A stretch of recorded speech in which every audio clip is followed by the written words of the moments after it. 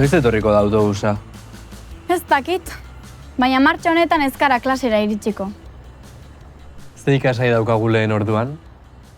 Matematika, koldorekin. Ba orduan jai dugu. Koldok klasea hasi eta atea ixten du. Matematikak oso puntualak dira. Egia da, beti gauza bera esaten du. Mikel, zure ustez unibertsoak seinaleak bidaltzen ditu? Nola? Esan nahi dut.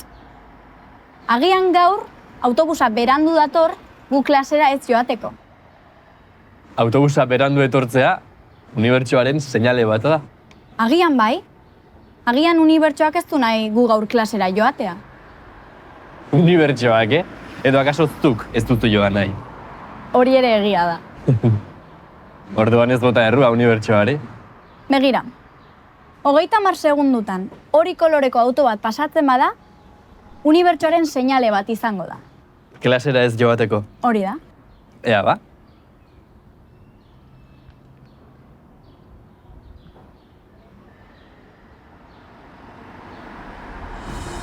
Esan dizut,